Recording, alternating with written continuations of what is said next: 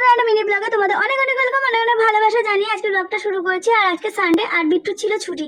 বিট্টু আমাকে বলেই রেখেছিল যে সানডেতে আমরা কোথাও একটু ঘুরে আসবো।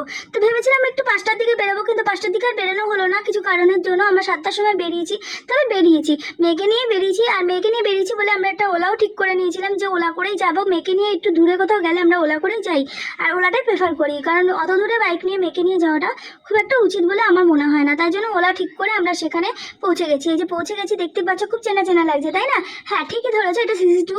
আমরা একটু সিসি 2তেই গেছিলাম। জানি আমি অনেকবার গেছি, কিন্তু তাও মনে হলো যে ওখানে যাই, কারণ আমি ভেবেছিলাম যে স্টার মল যাবো, কিন্তু স্টার মলে যে কারণে আমি সিসি 2টা বেঁচেছি সেই কারণে স্টার মলে গেলে আমার হতো না। সেটা হচ্ছে স্টার মলে কোনো গাড়ি নেই, মানে বাচ্চাদের চড়ানোর জন্য কোনো গাড়ি নেই। সিসি 2তে সেটা আছে, মানে রিমোট কন্ট্রোল গাড়ি।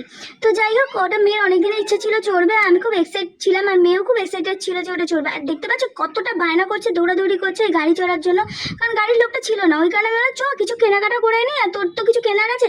কিন্তু কে কার কথা শোনা। যাই হোক, আমি বললাম তাহলে গাড়িতে চুপচাপ বসে থাক, কাকু আসবে তারপর তোকে চড়াবে। সে মতন ও চুপচাপই বসেছিল, কোনো কথা বলেনি। এদিকে দেখো, ওই দেখো মেয়ে কি সুন্দর চড়ছে, আমার খুবই ভালো লাগছিল। তোমাদের কেমন লাগছে অবশ্যই জানিও।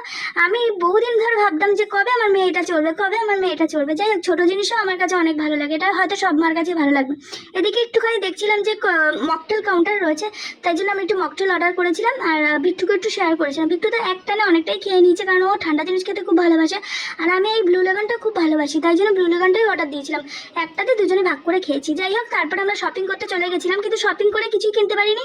ওইদিকে বিট্টু আমাকে বললো তাহলে কিছু কেনার নি যখন, চলো আমরা কিছু খাওয়া দাওয়া করি। তো ম্যাকডোনাল্ডস যাবে না কেএফসি, মানে না কেএফসিতেই যাই, অনেক বছর হয়ে গেল আমরা খাই না। তো তারপরে মেয়ের জন্য দুটো লালিপপ বায়না করেছিল দেখে কিনে দেওয়া হয়েছিল। তো দুটো লালিপপ 200 টাকা নিয়েছিল। কতটা চোর ভাবতে পারো, মল বলে এরকম চোর গিরি করতে পারে। যাই হোক, আমি ওরকম খাচ্ছি দেখে বিট্টু হাসাহাসি করছে।